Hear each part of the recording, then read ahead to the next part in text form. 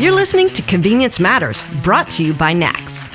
Whether it's for food, fuel, drinks, or snacks, about half of the U.S. population shops at a convenience store every day. We'll talk about what we see at stores and what the future may hold for our industry. Welcome, everybody, to Convenience Matters. My name is John Eichberger with NACS and the Fuels Institute, and today I'm joined by my co-host, Chris Blasinsky with NACS. And today we are going to be talking politics. You know, the election in 2020 got everybody all riled up, which no matter what side of the aisle you're on. But today we're joined by two government relations professionals from NACS, John Tates and Paige Anderson. And we're going to talk about what the election outcome and the makeup of the federal government in 2021, 2022 means for the convenience industry. John, Paige, welcome to Convenience Matters. How are you guys doing? Thanks, John. Great to be here. I got to tell you, I kind of retired from government relations. I call myself a recovering lobbyist. I've been out of it for several years. I have never been more happy to be out of it the last couple of years than I could ever possibly imagine. You guys have been going through an absolute storm of stuff. How are you guys doing with everything that's happened? Doing okay. I mean, it's been, like you said, it's been very interesting, and at least it's not been boring, I'll tell you that much. I think it's fair to say you could throw all the record books away. It has been a very entertaining and interesting few years, and we'll leave it at that. Entertaining. That's a great way to present it. So I'm going to call John Eichberger John number 1. John Tate, you're going to be John number 2. Okay. So point being, all four of us are former Hill staffers. And we all got out. And I remember hanging chads. I was on the Hill for that. I remember that. Can we not talk about that, please? And so, but the fun thing about all that is, and this is what, is even more fun about it, is it was pre cell phones and pre social media.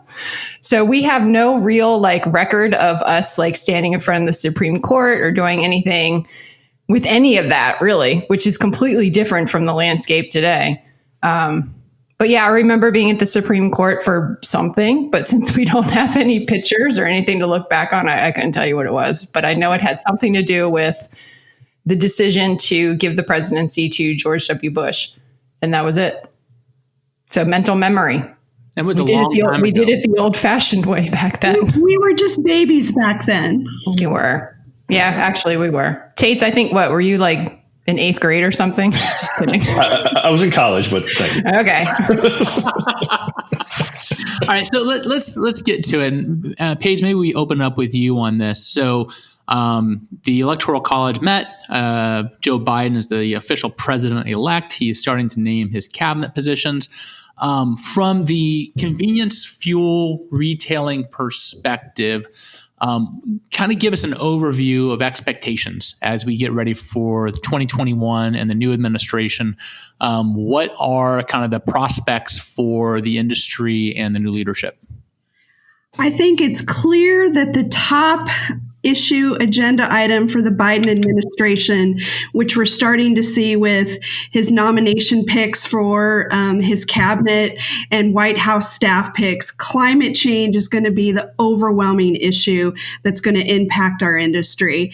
And yes, from a fuels perspective, but you're really going to see a greening of all sorts of policy initiatives that you're going to scratch your head and well, what does climate change have to do with national security? Or what does climate change have to do with banking regulations or stocks or any type of financial type of issue? So you're really going to see an aggressive green policy, from statements to executive orders to regulatory action. And it's going to start the first day on January 20th, 2021.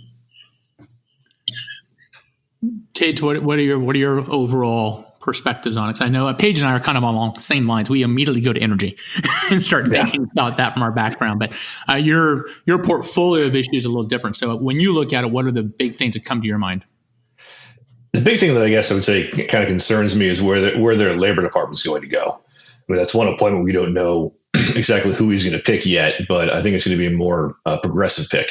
I think you'll see him looking to roll back a lot of what the Trump administration did in the last couple of years, whether it's the overtime rule, the joint employer rule, a lot of things like that. I think that's going to be a pretty significant focus there as well.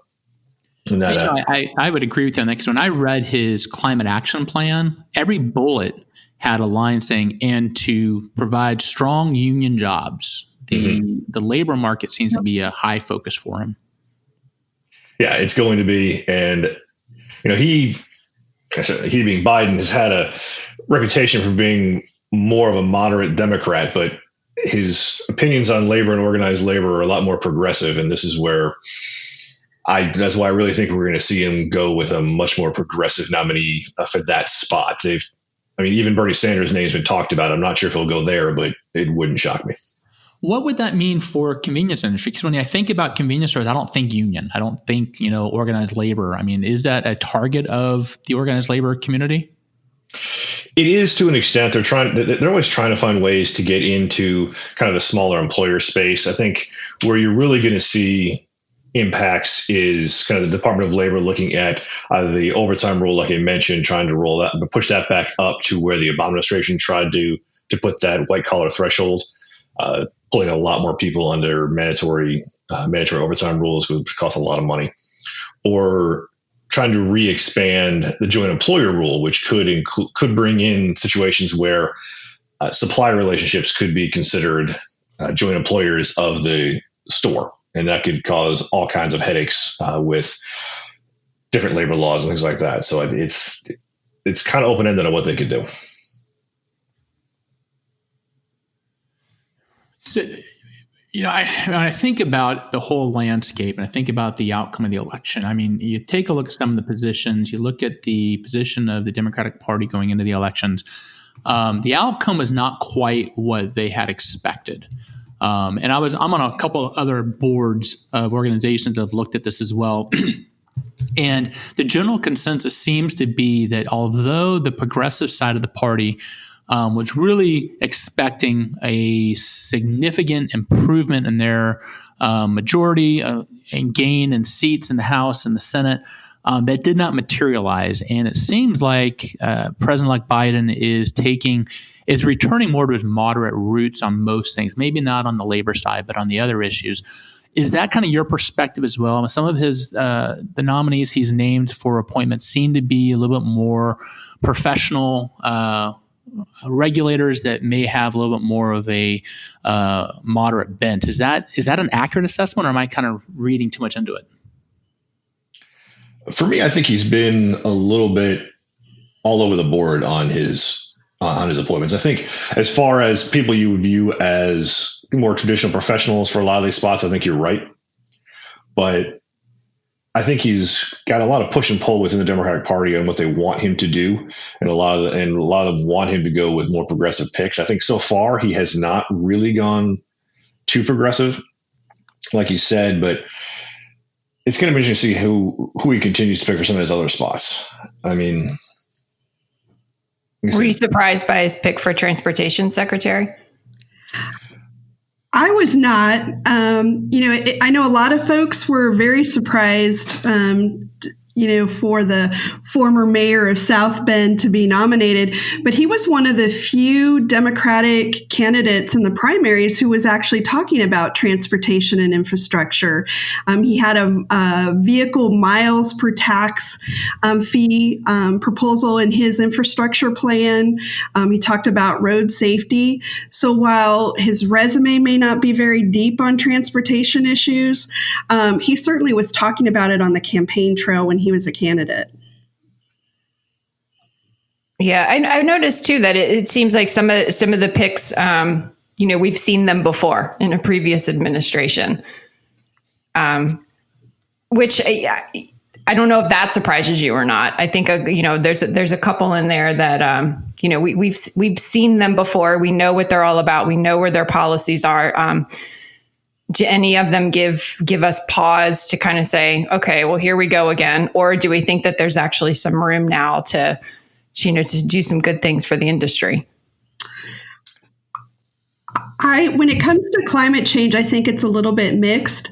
As you know, he asked John Kerry, former Secretary of State, to be his climate czar on the international front.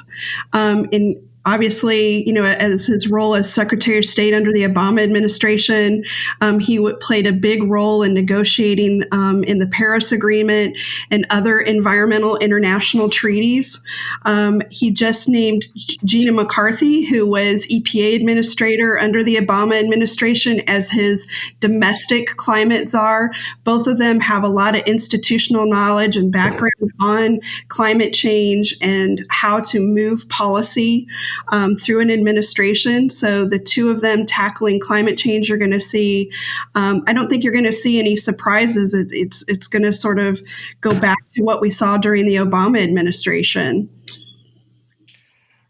I think one that may cause a little bit of concern for some small sector of the industry is his choice of Tom Vilsack for Agriculture Secretary.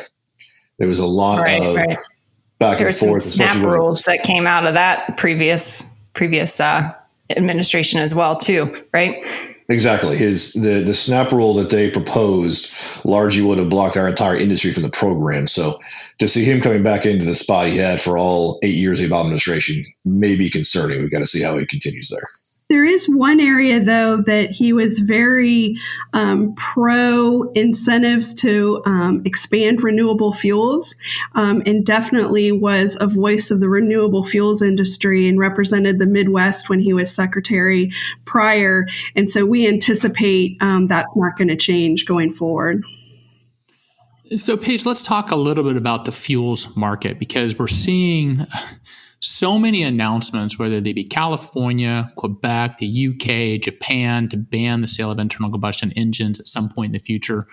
The president-elect has said he's going to rejoin Paris right upon his inauguration. He's going to put forth a strong policy to decarbonize the transportation space. With the conditions in the Congress, what do you anticipate seeing coming out of the administration and his allies in Congress that would have an impact on the fuel market for retailers? I think the first 100 days, I think the focus of the Biden administration is going to be that low-hanging fruit that you can do through executive orders. So I think, and you're going to see a lot of undoing of the Trump rollback, say, on CAFE standards. I think you're going to try and see them go back to the Obama-era targets. You're certainly, California is going to be happy because they're going to be able to go their own way when it comes to some of those environmental regulations. California always has its little special rules and waivers, and the Trump administration had really been trying to roll that back and make California follow the national standards.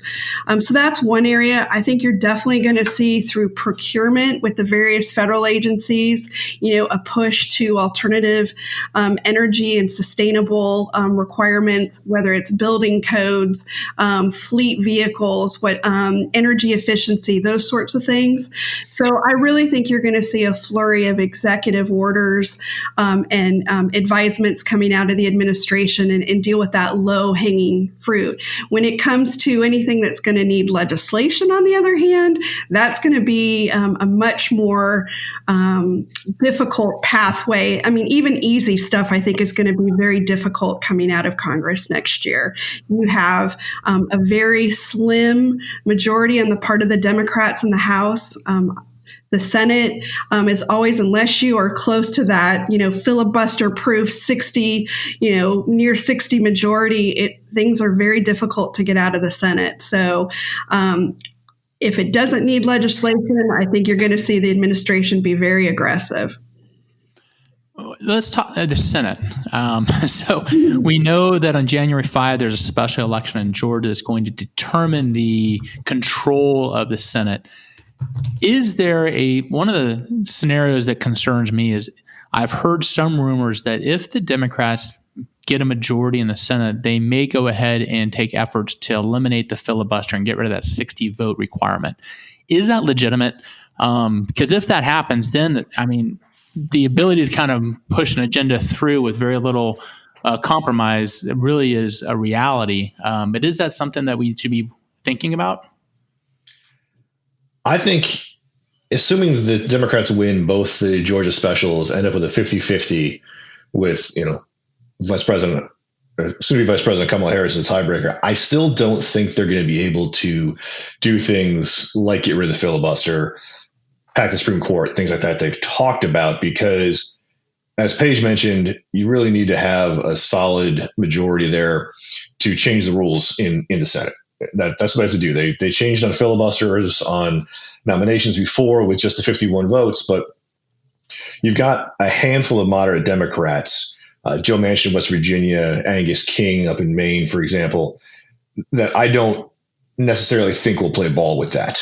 In fact, Manchin himself has already said he won't. So I think that really limits the possibility of the Democrats being able to get rid of the legislative filibuster, which I agree with you would be a major problem. Well, in that respect, that means that there may be opportunities for the leaders of the two parties and the administration to actually work together on some stuff. Or is that just or am I being Pollyanna and going back to the 90s thinking that it might be possible? Or is that type of collaboration and cooperation just an old-fashioned concept that never is going to rematerialize? I mean, it's possible. The last time that the Senate was 50-50 was the beginning of 2001 with that Congress. And the leaders there came to somewhat of a historic power sharing agreement. Then I don't think we'll see that level of cooperation happening. But at some point, these guys are going to kind of have to realize that to get anything done, there's going to have to be some level of cooperation. Go ahead, Paige. No, I was going to say, I think there are some policy initiatives where you have seen both parties really wanting to do something to be done, such as the highway bill, infrastructure. And I think it's, finding that sort of, I don't want to say low hanging fruit because those are certainly complex issues, but there's going to be, maybe it's not going to be the sexy issues, but I think as you go through the nomination process with the cabinet, I think there's going to be an attempt to be really cordial, with President-elect Biden having come from the Senate. There's something to be said for those long-term relationships. But I'm a born optimist, John. So yeah, we're very opposite in that respect. We may both be focused on energy and fuels, but when it comes to optimism and pessimism, yeah, we definitely occupy different corners of the room. So let's think about specifically for the convenience industry. So NACS is a very active advocacy organization representing the industry, spends a great deal of time making sure the industry is protected and pushing for the priorities of the industry. As you guys prepare your agendas for the next 2 years, what are the priority topics that NACS is going to be focused on? And we'll open up a page.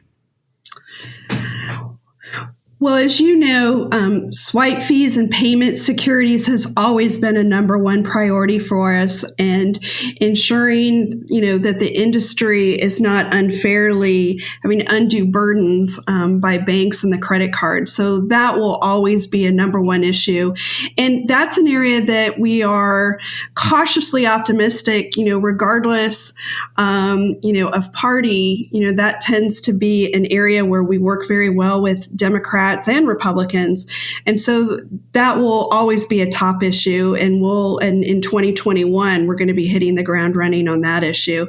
I think the other area, there's no doubt that energy issues like the electrification of our transportation system and making sure convenience stores are able to offer EV charging to customers on an even playing field, and having the same access to whatever incentives programs are out there, and making sure that the government's not picking winners and losers on who's going to provide electric charging to consumers. That's certainly going to be a top issue. The whole cabal under climate change is something we're going to keep a close eye on. So that's just a start. And I'm going to hand it over to John because I know he has a lot of priorities as well. Thanks, Paige. I mean, at least early on, initially, I think we're going to continue to be pushing to try and get some kind of liability protections for our industry against exposure claims based on COVID-19. I mean, that was not included in the last package that Congress put together. Still hoping to get something done on some kind of limited liability protection there to protect our guys from frivolous lawsuits. Beyond that, I think we're going to be playing defense on a lot of things. We've already talked a little bit about labor issue, but there's also been a lot of talk from Biden and from others around him about rolling back some of the tax changes that were passed in 2017. So we're going to want to make sure that we protect our industry there. I mean, as is, the vast majority of our guys are kind of pass-through entities in one way or another, and the benefits that were given to that category expire in 2025 anyway. So we're going to be looking to try and make those permanent, and certainly defend against rolling back any of those. Yeah, it sounds like you guys are going to have a lot of babysitting to do over the Congress and the administration. I'm hopeful that, if the tone of discourse in Washington improves, maybe there's opportunities to actually be a little bit more assertive in pushing some things than maybe the case otherwise. I think the political discourse that we've been witnessing the last several years, man, it just makes everything so toxic. And the one hope I have from the outcome of the election is having a much more open forum for conversation and discussion. Again, I'm starting to, maybe Paige is starting to rub off on me. I'm optimistic about that. And which means that I'm going to be thoroughly disappointed when it doesn't happen, but hopefully that it gives us an opportunity. And in that situation, then NACS has an opportunity to do a lot more positive things for the industry. For you guys, I remember when I was in the GR team, constantly being on defense is exhausting. It's so much more rewarding to be up there advocating for positive changes rather than trying to stop stuff. Yeah, it's hard to put on the flak jacket and helmet, each and every day, not knowing, are we going to get a bomb thrown at us or just a few arrows, a couple bullets? It's definitely a challenge. But, again, the optimist in me, if you look at the freshman class that came in this past Congress 2 years ago and the incoming freshmen that are going to be sworn in January, both Republican and Democrat, these are grown-ups. These are folks that really want to get things done, that have very interesting backgrounds, and they are frustrated with the hyper-partisanship that's happening and the toxic discourse, as you mentioned, John. And so I really think if you can see these the incoming freshman class and the sophomores really take a lead and putting them out there and talking about these issues, I feel really good about the future. Another example I point out is what seemed to have broke the logjam on the last kind of stimulus agreement related to COVID was a bipartisan group of mostly moderate senators and the Problem Solvers Caucus in the House. They got together separate from leadership and put together a framework that basically became the basis for an eventual agreement. So I think there may be more opportunities for things like that to happen during this next Congress than there has been in the past as well. Well, Paige and John, number two, I think we should ride the wave of your optimism, because I think that hopefully is going to be contagious. Hopefully for me too, because I'm a self-proclaimed cynic when it comes to politics, but growing up in the DC area, I think it's just my nature. But John, number one.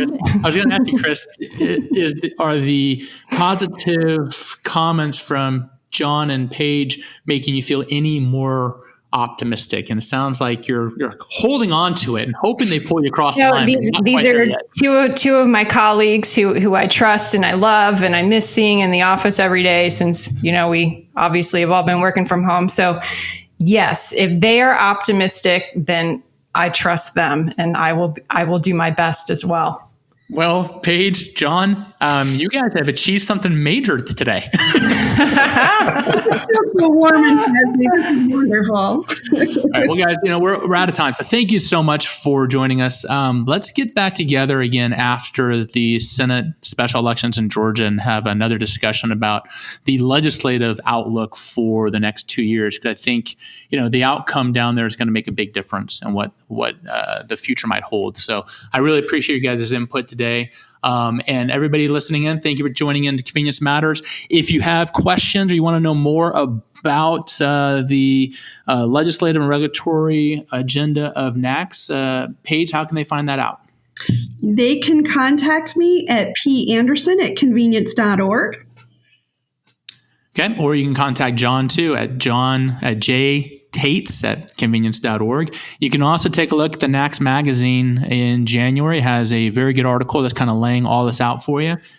Stay attuned to convenience.org as well. A lot of new stuff coming out. The GR team does a good job of keeping everybody in the industry apprised of what's going on and looking after your best interests. So stay engaged, because when things start happening, it's incumbent upon the entire industry to rally and make sure your voice is heard. So stay engaged, stay informed, and let's hope for a positive outlook in the next couple of years, you guys. Thank you guys very much, and thank you for listening to Convenience Matters.